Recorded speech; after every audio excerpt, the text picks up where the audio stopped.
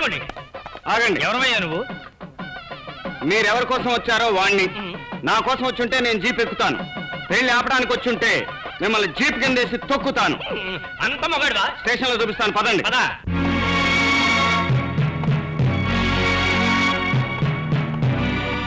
నడి రోడ్డు మీద 10 మంది అమాయకులను చావబాదిన రౌడీ నంబర్ 1 నువ్వేనా? పట్ట పగల ఒక ఆడపిల్ల మీద అత్యాచారం జరుగుతుంటే పట్టించుకొని 2 టౌన్ ఎస్ఐ నీవేనా?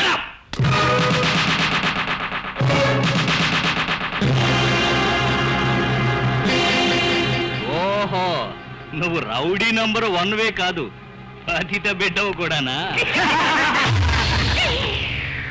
ఏ ఊరిని? రాజమండ్రి జైలు సూపరింటెండెంట్కి ఫోన్ చేయి. నా ఊరేమిటో సత్తా ఏమిటో చెప్తాను నీకు. ఓహో, పాత నేరస్తుడు అన్నమాట. చాలా తెలివిగా మాట్లాడుతున్నావు. ఏం చదువుకున్నావు? బళ్ళో అక్షరాలను, కోర్టులో శిక్షలను, జైల్లో నీతి భక్షణ, సంఘంలో రక్షణ చదువుకున్నాను. వీడిని సెల్లో పెట్టండి రా. అలాగే సార్. తల్లో ఉన్నది దించి నిజమైన చదువు మనం నేర్పిద్దాం. ఆగండి. అనాథాశ్రమంలో జొన్న సంకటి తిని ఈ కండ బండరాయిలా తయారైంది. జైల్లో రాళ్ల బియ్యం తిని ఈ గుండె రాతి బండలా మారింది. ఈ కొండను ఢీకొన్నారో తలలు పగులుతాయి. ఏం బెదిరిస్తున్నావా? హెచ్చరిస్తున్నాను. అధికారాన్ని ఐశ్వర్యవంతులకు తాకట్టు పెట్టి లంచాలతో రంగు మారిన రక్తం నీది. అందుకే నీకు ప్రాణం మీద తీపి ఎక్కువగా ఉంటుంది. కానీ నేను నాకంటూ ఎవరూ లేనివాణ్ణి, ఎంతకైనా తెగించిన వాణ్ణి. నేరం చేసిన మనుషుల్ని వీధుల్లో వదిలేసి అఘాయిత్యాన్ని ఆపిన నన్ను అరెస్ట్ చేస్తే అగ్ని పర్వతమై రగిలిపోతాను. ఈ స్టేషనే నీకు సజీవ సమాధి చేస్తాను. ఇప్పుడు చెప్పు, నన్ను సెల్లో పెడతావా? లాఠీలతో కొట్టిస్తావా? లేక సగౌరవంగా పంపిస్తావా? ఇక నువ్వు వెళ్ళొచ్చు.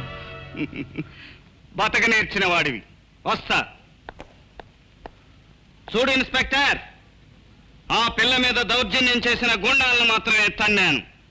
నా మీదకు నిన్ను ముసుగొలిపిన వాళ్లను టైం చూసుకుని తంతానని చెప్పు. మీ అసలు పేరేమిటి సార్? భగవాన్. భగవాన్ అంటే దేవుడా సార్? ఆపదలో ఉన్న వాళ్ళకి.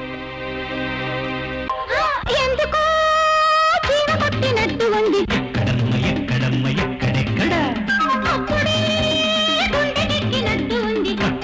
కొట్టు చూసి మేలమాడగా ఏ మంత్రమేస్తావు, ఏ మాయ చేస్తావయ్యో. తినబోతూ రుచులేలా